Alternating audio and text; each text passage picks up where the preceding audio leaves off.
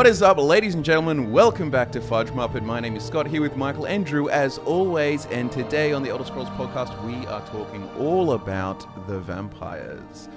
So, which one of you guys would like to take the reins? Well, vampires are quite the interesting undead creature because unlike other undead, they're not made by a necromancer, they're made by a curse, I guess, from Molag Bal, or a disease really, is what it eventuates into and spreads with. And one of the most interesting things is there's all different kinds of vampires. So as we'll get into in today's video, it's not like this is how they are for sure, because some are different to others. And if anything, that's a good thing, because it means that in Elder Scrolls 6, if they change them and do different things, it still makes sense in the lore. But primarily, I guess they're like superhumans in a way. Undead vampires, big fangs, lust for blood. They want to drink everyone's blood. They can get stronger the more blood they drink, or weaker as well, depending on the strain, I believe. Yeah, I think too, it's worth mentioning, like we always kind of say for these kinds of things, but we need to sort of consider the gameplay functions. Like, so for example, if you go into Morrowind or Oblivion, like there's lots of buffs to like hand-to-hand strength and speed and like all of these kind of things that make them feel superhuman. Whereas if you play a vampire in Skyrim, it's pretty tame. Like you get a few powers and like a buff to illusion and sneak, but it's nothing. Your just general like physiology doesn't seem enhanced. And you know, you go like, oh, it's the different strain or whatever. But it's like, I don't know. I feel like the Volkihar vampires and stuff that you meet should have a little bit of like, you know, supernatural strength beyond just what the strain in Skyrim gives you. You know what I mean? Well, from a lore perspective, the only reason I can see you'd ever want to become a vampire is for the immortality, which obviously in a game setting doesn't matter too much, seeing as you just reload your save if you die anyway. But yeah, they are kind of just glorified zombies, really. You know, they do say, oh, you know, there's no necromancer involved, so we're not, you know, we're different to the other undead. But really, Molag Bal is just their necromancer. I'm not super like I mean vampires. I don't love vampires, but you know some of the lore in this is pretty cool and original. See, I'm on the opposite end of the spectrum. I love vampires. Like I've really big Twilight fan. Always has been, always will be. But you know, actually, you know the series Underworld at all. Like that was like a modern sort of one and so on. I was really into that as a kid and so on. But like, you know, Bram Stoker's Dracula and so on, and like all of and you know, even the movie with Gary Oldman and some like funny performances in it too. But like I really like that. Like my favorite thing about vampires, which is something I really liked about the Dawnguard DLC introducing in the form of the Vampire Lord, was the sort of contrast of the kind of, you know, beauty and sort of seductiveness of a vampire with the underlying sort of ugliness and bestial sort of nature of a vampire. Like, you know, you can look at the Vampire Lord and it's basically modeled off Dracula's sort of true form, like bat form in the Dracula movies. I mean, I'm very similar in the sense that I really like vampires, although and I do appreciate the Vampire Lord form. You got one on your t-shirt as well. Yeah. But I think one of the better things about vampires, at least to me, that I really like, and I suppose Vampire Lord form gives contrast to it, but it is the very seductive, you don't know I'm a vampire type character who's like basically like a human with supernatural reflexes, lots of strength. Obviously they stay out of the sunlight, things like that. But the kind of Cyrodiilic vampire vibe where they blend into society and get into positions of high power, I really like that. And I think that's really, really cool, which is one of the reasons. And you can just put it down to the strain, although I know they retconned it where when you downloaded Dawnguard, all vampires had glowing orange eyes. But I actually prefer, and if that's a strain, that's fine, kind of what I was getting at the start. They can do different things with different bloodlines, which is a good thing. But I do like the whole idea of you can look at a vampire and their eyes aren't even red if they've fed. You know, when they go into stage 1, their eyes are red, and then stage 2 and 3 and 4, you can look worse and worse. Yeah, like they're just having withdrawals, but when they're fueled up, they can kind of blend in with greater society. Yeah. I remember being absolutely bummed because I tried deliberately to get to like, you know, 4th stage vampire and everything to see if my like face would change into the bat kind of look, and I was really disappointed that didn't happen. I always thought like it would be best if that stage sort of 4 was that kind of bat look that those that the faces of the Volkihar Castle have, like the people in there. And if they're sort of, as you staged up, it sort of, you progressively looked like there's something wrong with you and so on. Because it becomes kind of silly, like how can you blend into society when you just go full bat mode? Like, yeah, even if the eyes weren't orange, like your face looks far too different. I would almost prefer kind of like Oblivion, that like the very beginning of being a vampire, when you're fully fed, you look no different. Like it's that idea that no one can tell. The second you're into stage 1, sure, look different, look worse. They do have slightly pale eyes, don't they? It's like there's tiny little bits in Oblivion. Yeah. At the very beginning, fully fed, I'm not 100% sure. I can just look that up while you guys are talking, but there's a photo. Go on. I found it already.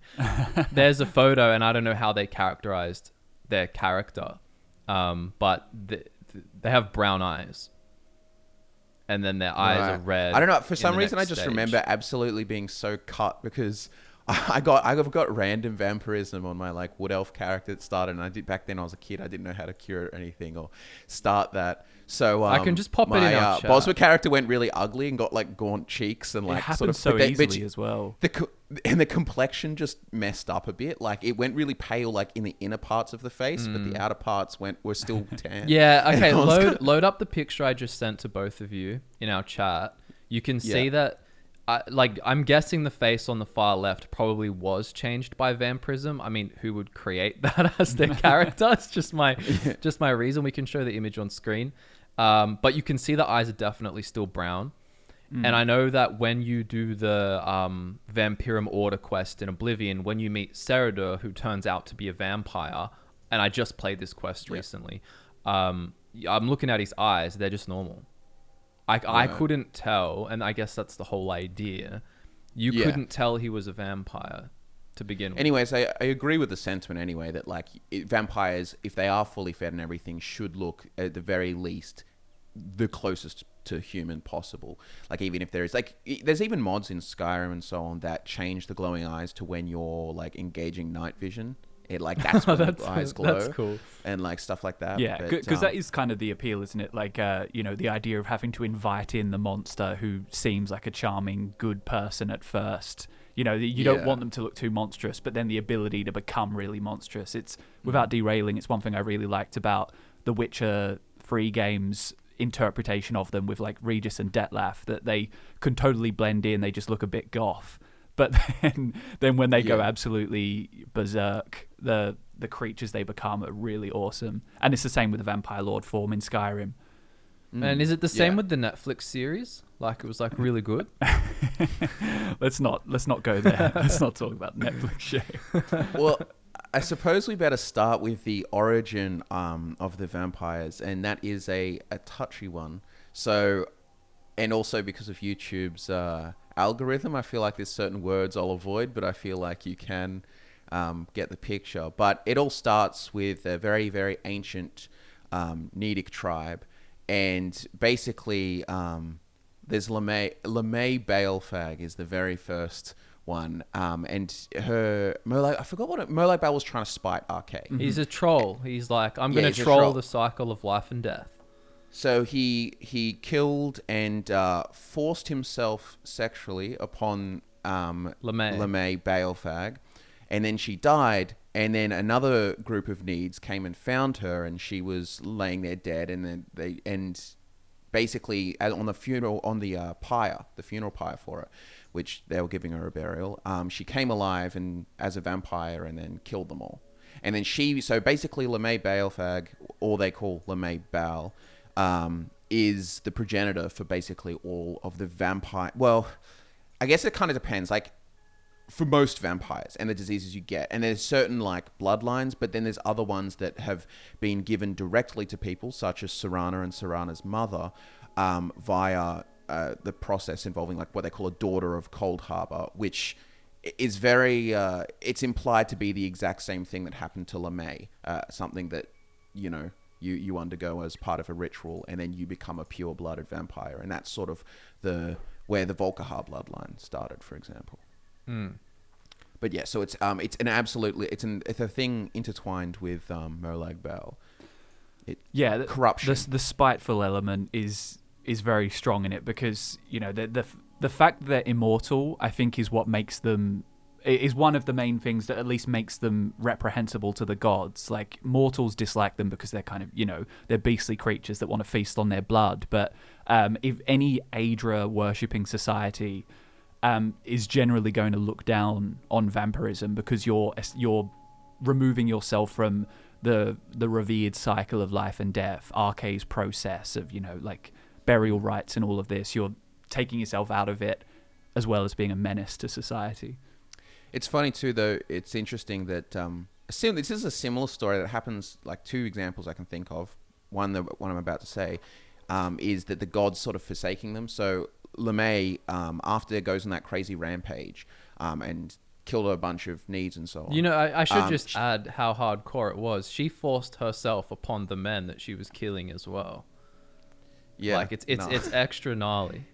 And she becomes, but she hates what she'd become at first. And then she's praying to Arce for help, but there's like zero response. Like, Arce's just like, you're undead now, I'm not answering the phone. And then, so she got scorned that hand, but she also hates Molag Bal for what happened to her. And then, so there's reasons, and it's just sort of explored in Elder Scrolls Online. Well, maybe for her special bloodline. Maybe if the gods had been more facilitating to her wishes, you could have prevented vampirism from becoming something it did. So it's, in a way, it's very much like victim blaming, in that you've got this victim who wants anything to get rid of this curse, and then just gets abandoned, and then the curse manifests and infects tons of people. So yeah, well, I guess not to the same degree, but like, remember the Archcurate Vyther in the Dawnguard DLC, he was like, in quotes, abandoned by Auriel. So like, as well, just all the gods, I don't know, bad Aedra, huh? Daedra worship here, or just not involved enough. They seem very black and white in their thinking. Yeah, even though a Daedra caused the problem initially. Yeah, but it would be in their best interests, right, for them to take things on a more case-by-case basis. Yeah, absolutely. Yeah, well, I think, as a general rule, it's why getting into Daedra worship can become so enticing to mortals across like a bunch of cultures, because the Daedra are always going to be more involved with daily life for a mortal than the Aedra, unless you're kind of seeing their spheres manifest and kind of take that as their intervention. But actual Aedric intervention is very rare. Yeah. True. Well, essentially, so from here, so that's sort of generally the origins, and some origins vary, like we said, with the Volkihar bloodline, but we end up with a Skyrim filled with heaps of different bloodlines. Even seemingly within the same sort of strain. So there's like the Vampiric hemophilia, which is like the one that was in Oblivion and Morrowind, I'm pretty sure. And then there's the Sanguine vampiris, which is the Skyrim one, introduced in Skyrim. And then Noxophilic sanguivoria. That one is ESO. But that's LeMay's one, isn't it? Yeah. And then, but even with that, like, so for example, in the Oblivion one, the Vampiric hemophilia, there's lots of different clan versions. So like in Morrowind, there's like the Quora clan and the Burn clan and Ornday clan. And they're all like, when you get it, it's all the same disease. It's not like it, but it's turned by each one. And I'm pretty sure that's how it goes. And the same thing in Daggerfall, I think. Well, the clans all have different bloodlines, I suppose. Well, I mean... Yeah, so like what I mean is like, of those certain diseases, there's like certain bloodlines like of those strains, if that makes sense. Yeah, it gets a bit confused. It's not made particularly clear, but you could almost imagine it as, just look at, it's not exactly this, but you're safe to look at bloodlines and diseases kind of separately, in the sense that there are bloodlines within the same disease group that have varied powers to other bloodlines. Like, I mean, taking the example from Morrowind, like the Quora clan, they're the strongest physically. Like the other one, I think it's there'll be a magic one and there'll be like a stealthy one, is how they do it. The Burn clan, very agile and sneaky. Ornday clan, mages blessed with dark powers of the mind. Their path through the darkness relies on their mastery of magic. They're all Ultima vampires, actually, that clan. Yeah.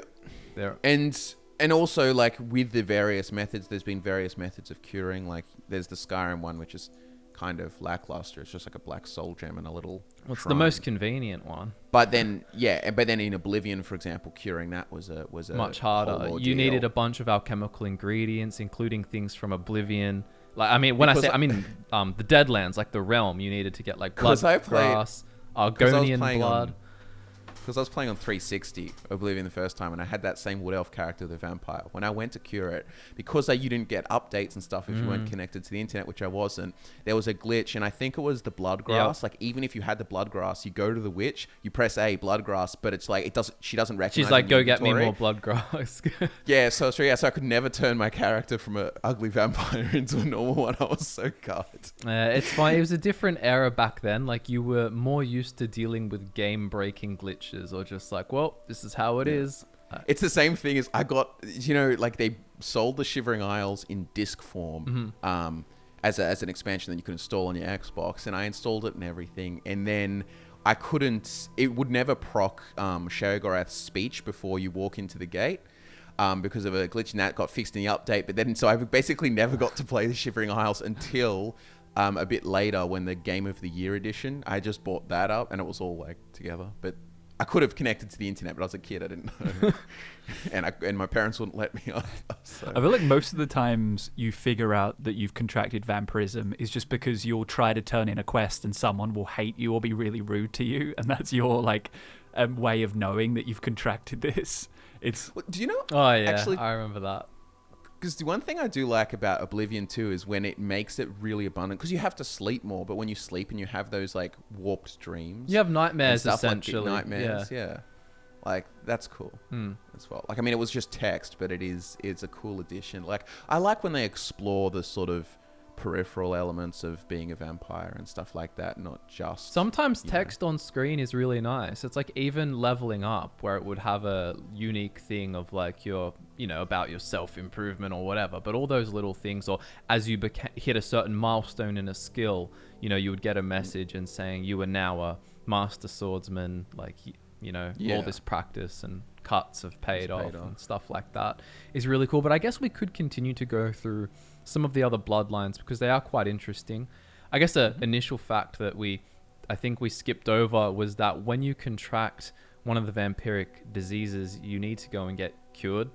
You have 3 days, and you can cure it like any other disease. You can cure it with a cure disease potion. If you don't get cured, you will turn into a vampire. And that actually reminds me of another really bad thing that happened in Oblivion, is when you were like a bad character. So say you're in the Dark Brotherhood or the Thieves Guild and you would go to like a shrine. I remember for some reason not knowing about the potion, and I was going to every chapel and I would press it and they're like, no, repent and pray, for you have committed wicked crimes, or whatever the message was, and I was doomed. See, but we don't want to derail this too much. Yeah. But a quick little anecdote there, but it is like that was a cool function of the shrines. Like if you tried to pray to the divines and you're a really evil character, like they'd say, "Go and repent." Because they used fame, and infamy, which even mattered in quests. And I guess this is still on the topic of vampires, so I'll just go into this before we go through different bloodlines. But in Oblivion, the Order of the Virtuous Blood quest only begins when you reach 5 in the fame area. And you get approached by one of the members' wives, and she's like, come meet in the basement of this house. And basically it's like an old men's club, in the sense that they're all old, and they're like, oh, we're all old dudes and we like studying vampires and hanging out down here, but we're not strong enough to go fight them, so can you help us, basically. And the leader of them turns out to be a vampire. But yeah, there's an instance where fame is involved. They only contact you because they see you as this, like, high rep person. Perfect to take out. It reminds me, actually, it reminds me of the Cyrodiilic Order, even though it's not explicitly mentioned. The Vampire Order in Cyrodiil. What is it? Is it literally called the Order of... Is it Vampirum Order? Yeah, Cyrodiil Vampirum Order. Well, I was going to say, like, while we're on the topic of Cyrodiil and Oblivion, we may as well discuss that Cyrodiil, the most powerful vampires of Cyrodiil are that order. But one thing I like about that is it's because of the dealings with Clavicus Vile and so on that has allowed them to sort of blend in and mask their sort of monstrous side of them. And I just like that extra sort of dynamic, and especially for like Clavicus Vile, who's like, always giving them deals and stuff. It makes you wonder how much Clavicus Vile actually impacts kind of politics and mortal affairs that you don't know about. Because like if he was making pacts with these vampires, because in that order, the whole idea is you must amass power and wealth at any opportunity given. Like they're real ruthless, like, you know. Yeah. It's a proper conspiracy theory, isn't it? Like the idea that the vampires have infiltrated imperial politics and stuff like that. And it's like, it's pretty explicitly said in their manifesto that it's all about, you know, it says here, by the virtue of imperial structure and bureaucracy, we're not a tribal group, we're a civil fraternity. And it's like, oh, okay, so we've got vampires running the show according to this. But it's like, I think it's Go on. No, you go.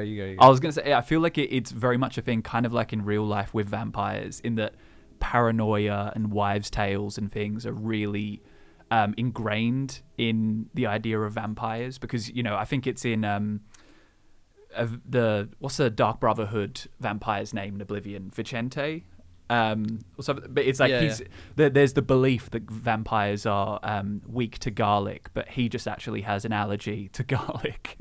And like we're going to talk about the vampire clans now, but a lot of what they do seems like terribly impractical. The kind of thing that you'd imagine stories around a campfire to try and scare you of vampires, because there's a lot of paranoia when it comes to vampirism. Not to derail this, but when I was saying that these vampires in this order acquire power and money by whatever cost, all I was hearing was that song, the Sigma anthem song. Acquire power by any cost. Yeah, replace the intro music for the podcast with the Sigma music today.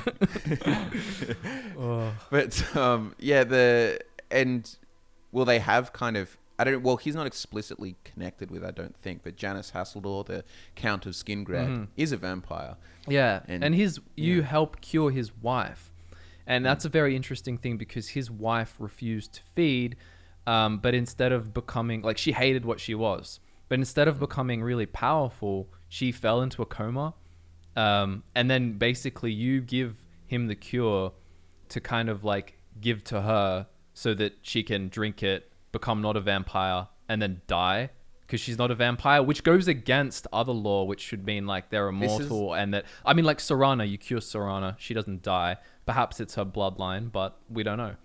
I'm just itching to say this, but it's just like, I do dislike the whole not feeding to become stronger, because then it kind of like takes away, I guess, a bit of the sort of moral conundrum, I feel like if you need blood to survive and you've basically become like a human leech, like it kind of, that's the kind of moral driver, and then it's like, oh, I choose not to drink, and then you become weaker and weaker and weaker and weaker, and although we all do need blood to survive, in fairness. So. That's not what I was going to say, but on the other end, couldn't you say the moral thing is, it's kind of like, you know, here's this disease, curse, blessing, whatever you want to call it. You have to go away from society, away from this life that you've become accustomed to, and, you know, probably like to be this powerful monster, or to stay in it, you're doing the selfish thing of feeding on blood.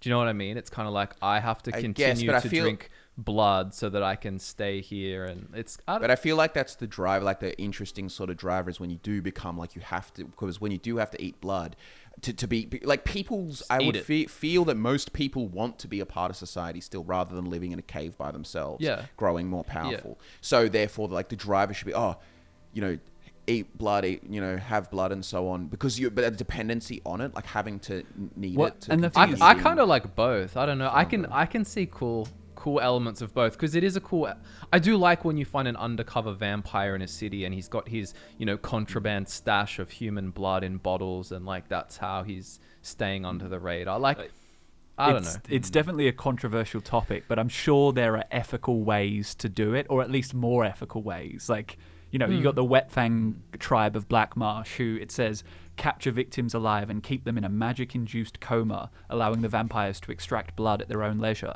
I put that on the more unethical side of the scale, but there may be alternatives, like even just donations or something. There was this whole idea with one of the clans. I think it could have even been in Elder Scrolls Online, where they decide to drink animal blood. I think it could even have been a Khajiit clan.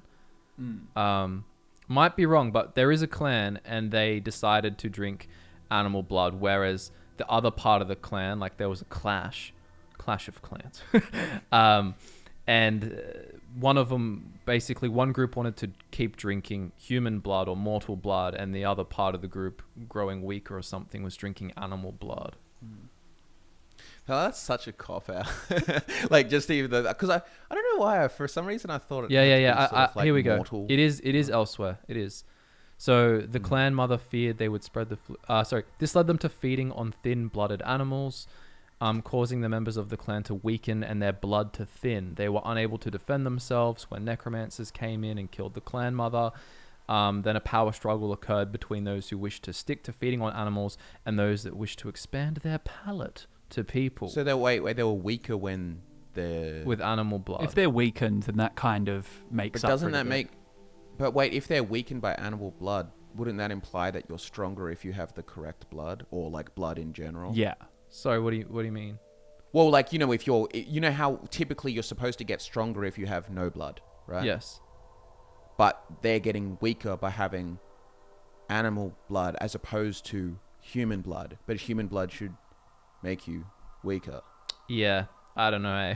This is what I'm saying. It's the contrived part of it. I feel like, look, the most quintessential part of a vampire is fangs and feeding on someone, right? I feel like neglecting that part of it kind of... It's probably like their equivalent of having a plant-based burger or something like that. But hold on. Just to clarify though, beyond mortal. I think the main aspect here is not that it is that drinking animal blood didn't just make them human and mortal. I think it made them weaker, as in weak, weaker than even just a mortal who doesn't have vampirism. I feel like the vibe is decrepit or It's strange, and this is obviously the thing that we were sort of saying. It's there's all of these different elements that are kind of mixed from different games that are because ESO, not vampires not being affected by the sun, because you can't control, you can't go and sleep in an MMO and then wake up and the sun's kind of gone kind of thing. You know what I mean? That. Yeah. So it's this constant sort of deal. I don't know. I feel like some of the lore gets mixed around and so on. But I feel like I like the way that a lot of the mods do it, where you have to feed to stave off the sun. But also the more you feed over time, your total feed count makes you stronger and stronger, and you basically upgrade in levels of vampire and ability. I kind of rather both. than I don't mind. Yeah. I guess is what I'm saying. I don't mind it, but it's just if it's one of those things, I guess, if you were you could make a law, they like our last episode, we were talking about law changes. It's that's an example of where, okay, vampires feed to get stronger. I suppose you do feed to, with perks and stuff like that. It was kind of to get vampire perks. Yeah. Wasn't that involved? Yeah. I guess maybe as well you could look at it as being a bit different to werewolves, because werewolves kind of keep feeding and keep their momentum going, whereas vampires don't really do that. Like I said, I can appreciate both. I actually wanted to talk about that Elsewhere story a bit more, because there is this clan, the Tenan Zalvit, who are an ancient Khajiit vampire clan, but they actually had the donation system that Drew was suggesting. Huh. So basically they coexisted with the living Khajiit by watching over their dead in exchange for blood offerings. But it was the Nahatan flu that ruined everything. So basically that caused a massive increase of clan members, as flu victims were kind of aided by being turned into vampires. You don't have to die, you can become a vampire, but then there's so many vampires and not enough mortals to give blood offerings to. So it's that whole setup gets destroyed, right? And then it's okay, now we can either go out and basically have to hunt humans because we can't get blood offerings anymore, or we can just have thin-blooded animals. But see that's a really cool story, but I think that's created because it's under the implication that they need blood from somewhere, is the kind of thing. Do you know what I mean? They can't just go live in a cave and be eternal forever. It seems and maybe it is just to stave off the sun. If you're giving the benefit of the doubt, it's they need it to interact with normal society or something. I mean, particularly in Elsewhere, imagine that the sun would be more brutal there compared to other places, I imagine. Yeah. It wouldn't be easy. But that's a cool take. I like things when they do that story. That's a cool little story. Yeah, and I mean, like I said, we can just do it bloodline specific. Yeah. And just, why not both? Well, and on the topic of elsewhere, there's also the Hollowfang clan, which it's interesting because they seem to revere Sanguine, which is their version of Sanguine, as the blood god. And you can kind of see the connection because in elsewhere, as well as the rest of Tamriel, Sanguine is associated with, distractions and vices, and to them it's taking you off the path. So the path to the heavens, to the sands behind the stars. If you stray from the path, which it makes sense because if you become an immortal vampire, you're straying from the path, the process of dying and ascending to the heavens. So as well as him being the blood god, it makes sense for him to be the patron of vampires because becoming immortal is inherently to stray from the path. I see what you mean. It's also, what's interesting though too, that always with Sanguine is that obviously it sounds the most like Sanguine, but it's kind of like Mephalah's sphere, like god of death and secret murder. Sanguine's worship is hidden, like for who can control the urges of blood. But like it's just an interesting, and obviously that's like an older piece of lore, and maybe they've sort of softly tried to like, not bring that part up anymore. But that's always one thing that stood out in the Elsewhere pantheon to me, is that Sanguine takes on a very different sphere in some ways. Yeah, well, I mean, that goes all the way to the well. top, doesn't it? With like Anur and Fadamais, that the primordial force of light is kind of the more negative one in their creation story. I think it's too like how, who they make more, because I'm pretty sure Mephalah has like a better view to the Khajiit as well. Like it isn't like, because they like those, they like essentially the three sister Daedric. Consider as well though that Elsewhere's society is very involved with moon sugar, right? So that kind of like, they're already used to that. Sanguine's got to up his game. He can't be like, oh, skooma for everyone, because they just do that anyway. Yeah.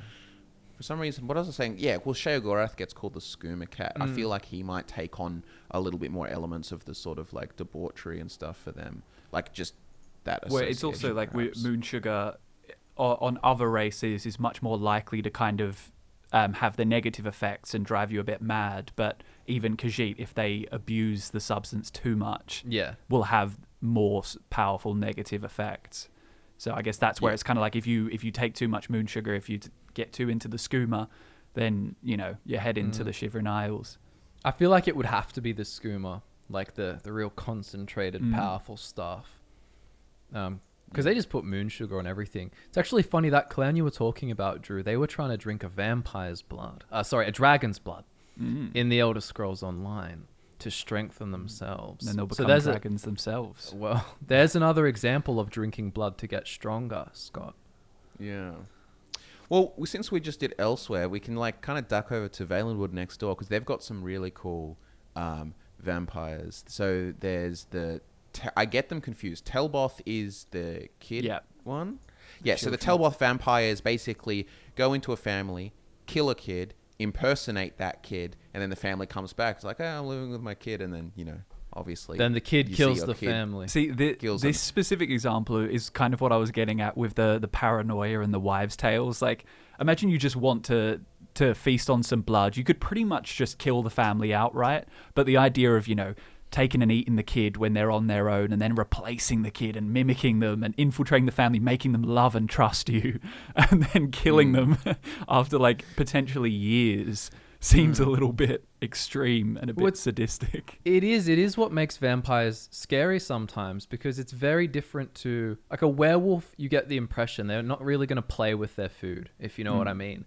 They're going to kill you, they're going to eat you, but it's very much in the way that a human hunts and eats an animal. Oh, I mean, it's a bit different, but there's less of this element that vampires can have, which is, I find this fun, or I'm going to... I mean, simply look at the, her scene and his realm and his sphere versus Molag Bau, Yeah. It becomes more obvious when you look at it like that.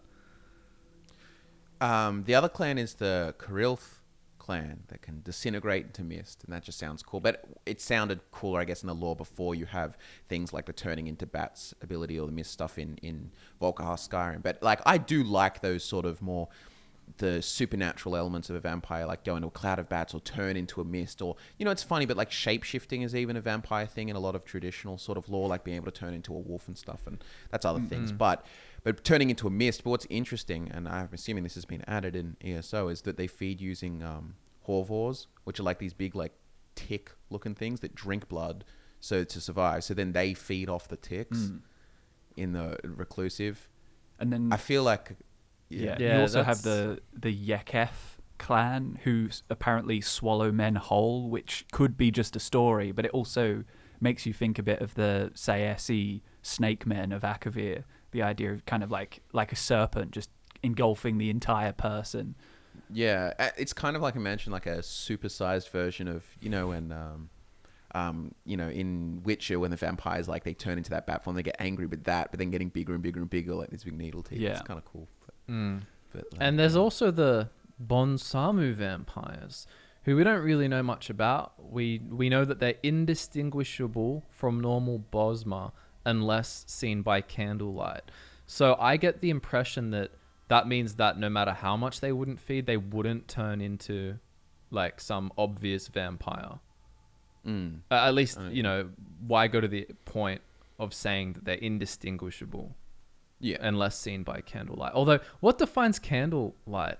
I mean, it could be a dumb question. Could we light from a candle? I guess it's why? like the why not other light? Yeah, well, it's interesting. It's like the difference is firelight gives them away, but not sunlight. But which is weird, isn't it? But yeah, but would it be firelight, or do you reckon it's more mythical and it is candlelight? Like if I cast a fire spell, will that work, or is it specifically like Scott, you're saying, like a wax-based fire? I don't know. I mean, if you're at the point of casting a fireball spell at them, then they're probably toast pretty anyway. Committed, yeah.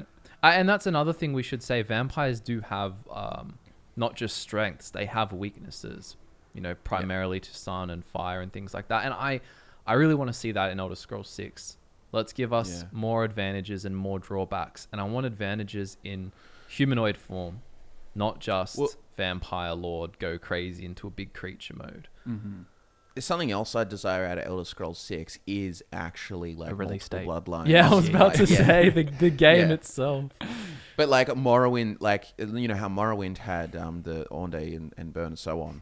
3 different clans with different sort of specifics. But if you go back to like Daggerfall, so the High Rock, Hammerfell, Iliac Bay region, there's lots of different bloodlines that have their own specific advantages. Like some of them might even be like a paralyzed thing, or one of them might be like, profound intellect or stuff like that. And they had their own bloodlines. And what I actually liked, something Elder Scrolls Online added, so there's all these bloodlines like Anthotus and like Lyrezi and Selenu, but a few of those were actually killed directly by LMA and turned into vampires. And so it was like a Nedic guy called Selenu, for example, or actually maybe it was a girl, I can't remember, but called Selenu. It's a girl, I think. I don't know. Anyway, but they actually become the namesake for the whole bloodline. So in the same thing with like Lyrezi or something like that, it actually becomes the namesake for these bloodlines that then existed. Selenu was a female. She ordered LeMay's cremation and was attacked when she awoke on the pyre. To be fair too, they are the 7 differences in the Daggerfall games and so on between the different clans. They're relatively small, like, this bloodline's resistant to elemental attacks and so on. I would prefer, I think, like if they were more distinguished, like if you had fewer but more. If you want, I agree with that. I mean, I can read them off. Like Vreseth is, a very nimble bloodline. We've got Thrafe, which can restore damaged tissue. I don't know, it's some kind of Wolverine type thing. Selenu, like you said, resistant to elemental attacks, which is kind of not particularly special. Montalion can cure paralysis and can teleport, which is kind of cool. Lyrezi can turn invisible and magically silence their enemies. Kalari can paralyze their prey, dominates an area of Hammerfell. Harvenu, gifted in destruction magic, particularly elemental attacks, which might sound funny to people who have only played Skyrim because that's all destruction is to them. But in previous games, destruction had a lot more applications. And Garlithi can magically shield themselves from damage. And Thotus have great intellect. Wow. So I agree with you. I mean, if you look at Skyrim and you just look at powers and perks and things that they gave vampires, there's a lot of stuff there. You know what I mean? Like vampires seduction. Whereas it seems like in Daggerfall, it was kind of like, oh, we're going to make a whole vampire line and you're the seduction power one. Whereas you can cluster them together more. I still want lots of different ones, but you can pull in maybe 3 or 4 factors together and have less but more fleshed out clans than there were. But I also like the sort of unique takes on them that they could have, just like kind of like you were talking about, even the Night Stalker vampires and the Khajiit ones, and like just even not so much their biology, but I guess their unique like cultural take. But like when you hear about the Volkihar vampires in the lore, they're like these sort of they stay in these frozen lakes, and then they sort of like appear through and like sort of like, you know, can just sort of come out of the ice just like they're just going straight through it, and then come out and attack their victims, and like that kind of stuff's cool. But when you see the Volkihar vampires, they seem more like traditional, like Dracula. They were pretty cool, but I have to admit, I didn't know that lore before playing Dawnguard back in. Did it come out in 2011, the DLC? 12. Oh, it would have been, of course, because it was November release. But all that lore, it makes them sound so much more Skyrim Nords than what we saw, like icy caves, and it just makes them sound more like monsters, whereas they gave them this very, not even just traditional vampire, well, I suppose it is traditional, but this very regal court and like, you know, politics and hierarchy and all it's like, that, which is fine, but and it's like, I like that, that's good, but it should be like one of the 3 options, if there are 3, or one of the 2. Do you know what I mean? Like, just sort of, it should be one sort of vibe of it kind of feels like the vampires kind of became a little bit more like what you'd feel like the Cyrodiil Vampirum Order. Not so much the Volkihar, where I guess a bit more monstrous, but do you know what I mean? The aesthetic, the very Transylvanian type castle, the very like, do you know what I mean? All of the bat motifs. Well, I don't know. I know what you mean. The Cyrodiil Order one, though, I feel like wouldn't even have a castle. They're just like blend in incognito tab, but you know. Yeah. But I just feel like they should try and hone in on a few different, and an easy way to do it is like a stealth warrior mage archetype, but obviously do something a little bit like Morrowind did, but something a little bit more interesting than just that, you know what I mean? Like in terms of abilities and stuff like that. Like even if the vampire, like here's a cool idea, like what if there was vampire lords looked different? Like if there was 3 the bloodlines, like, you know, you can have the more traditional sort of looking one, but then maybe one is a, like if there was it Quora, are the hand-to-hand ones in Morrowind, right? Like imagine if a vampire lord of them were was like a very like bestial, like hands, like bigger talons or something looking one, or I don't know, or it could be cool. But I know in the Elder Scrolls Online they created a whole bunch of other vampiric-esque, like I don't know if I'm the biggest fan of them, but like cut off things. Like you have completely feral vampires called blood fiends, and again this kind of goes differently with the lore, where it is based on like when a vampire starves and loses their sanity and turns feral. It's like, okay, so do they get stronger or do they get weaker? This is the problem with like a game series that lasts like for ages and so on. But like obviously old vampires in the previous games were how they were, but in the newer games it seems like they're slowly trying to like transition towards like, because a lot of the things that you've listed off in ESO lore, like the whole Khajiit stuff and like this, and even LeMay Bow's bloodline and so on, like they kind of seem to be kind of shifting it towards a feed to get powerful kind of deal. And then there's all these penalties for starving, and it's not ideal because you would even resort to using animal blood to get around. Couldn't you also say that you can become more powerful but more insane? I'm not saying that's the case with the blood fiends, but almost like a real Sith Lord vibe. Like you can't handle the power, like so they just became this insane feral kind of beast. Whereas, because I mean, even in Oblivion, it's again, it depends on the nuance. You can always like make it work in the lore by being creative and doing some mental gymnastics. But Lord Leviticus, the father of the Grand Champion, yeah. What's his name? Agranak. So when the whole story with him is that he's insane. He's in this fort and he's so hungry that he's turned insane. Yeah. It's just, you know, what's your take, Drew? What do you? Oh, I think it's the case that ESO kind of just needs new enemy types. It's the same with the Blood Knights. The idea that they've kind of absorbed other vampires. seems a bit unusual when these, you don't really have these kind of like cannibalistic vampires who are breaking each other's immortality to become stronger themselves, and then they're kind of just like extreme like vampire lord looking creatures. They almost know, have it's weird, Falmer vibes. Sorry? They almost have Falmer vibes in the armor aesthetic too. I think it is kind of just a case of, we've got a vampire themed section of a DLC. We need different enemy types for this. I mean, they all look different too. I mean, even look at a male vampire lord Falgraven. He just looks like, Dorian Yates just possessed a vampire lord's body. He looks like a massive bodybuilder tank looking thing. One thing, I won't say too much because it's actually our next episode on lycanthropy, but they do a similar thing with like werewolf types in ESO, where they've needed a bunch of enemies, but they can't just all be like running at you like werewolves. So they've created like man beasts, like man bear pig. Like it's all I think of when I hear it. But it's like, and they've even got like this Vicosity Ascendant, a werewolf lord. They're all like humanoid, but with bestial qualities, like a halfway point. But it's kind of like just this big, mob of enemies that you've got to get through for a DLC. So same sort of deal. Yeah. Another one with vampires in Elder Scrolls Online is the blood scions, which involve Lemay. So initiates must undergo the rite of the scion while infected with Noxophilic Sanguivoria in order to receive the blessing. It involves the mortal's blood being fully replaced by that of Lemay Bow's, and that transformation is meant to rival the power of a vampire lord.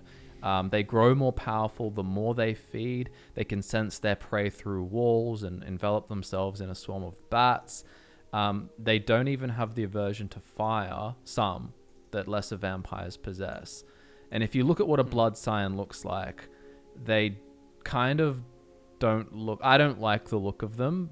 They kind of look like a generic demon / like they look like Molag Bao fused with a vampire lord, but then became smaller, more like a scamp. I don't know. Like, the Daedric elements are massively played up. Yeah, can you looking at the same picture as me? I think so. The blood sign. Yeah.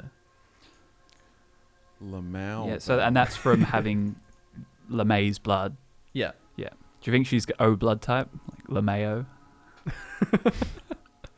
I don't know. Maybe. But and then there's also the Blood Knights, or did we go over that? Kind of, yeah. Like the idea that they absorb other vampires to become uber vampires.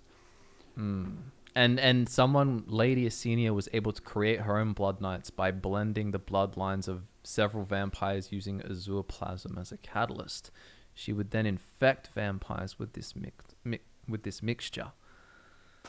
She dubbed it Chaotica Vampiris.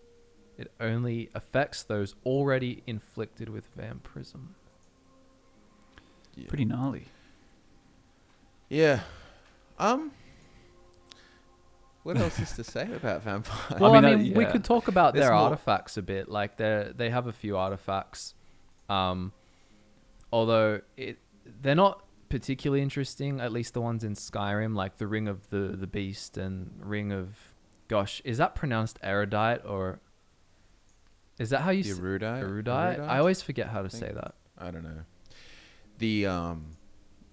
There's a lot of the rings and stuff that and amulets and things like that. And I feel like a lot of these, like, they're nothing special. I wonder if you actually want to talk about like just some of the things that kind of are vampiric but not vampire. Like, so just to make some distinctions for people in case they don't know, but like the vampiric elements of like Saesi, or as they're referred to, pretty sure is just referring to the way that they sort of steal. And like that could even be interpreted with like culture and stuff, but it could be like, literally their bodies and so on and drinking the blood. But there's also the Ash vampires of Dagoth, which have nothing to do with Molag Bal. They're just called Ash vampires because I feel like that's it's a cool name. Like they're like an undeadish kind of thing in the same way that there's an Ash ghoul, but it's not. It's different. It's Dagoth stuff. It's not like related to Molag Bal. I mean, his mace is sometimes called the Vampire's Mace. That's one of its names. Yeah. which is cool. And it's I cool do that Harkin has an Akaviri katana as his sword as well. Like it kind of plays into that whole thing. I like that. I think Molag Bal is most interesting when we're talking about the corruption of things. So obviously, what is essentially forced sexual assault, or you could look at as that, or like, you know, bloodlines, like vampires sort of state, like corrupting the cycle of life and death. And, you know, when his whole role, the corruption part is a far more like demonic and I guess scary element, rather than things like, I want to take over Tamriel, like dominate. Like, I find the domination part of him less compelling. Like the corruption part, it makes him so much more evil. Do you know what I mean? Like, yeah, I don't know. Yeah, it's like he probably wouldn't have even created vampires were it not for Arcay's sphere, and that, you know, the importance of the cycle of life and death and things like he does a lot of things in spite, and that's kind of, you know, is how his domination should be, is that he puts in this insidious illness or something like this that spreads among mortals and corrupts them all, and that's a better way of getting domination than just coming in with a big whip, like putting everyone in chains and stuff. But yeah. Well, I feel like that brings us to the end of vampires. Yeah. They may be immortal, but this podcast today is not. So thank you, ladies and gentlemen, for watching. And social media links in the description, and we'll be back to nerd out with you all again very soon.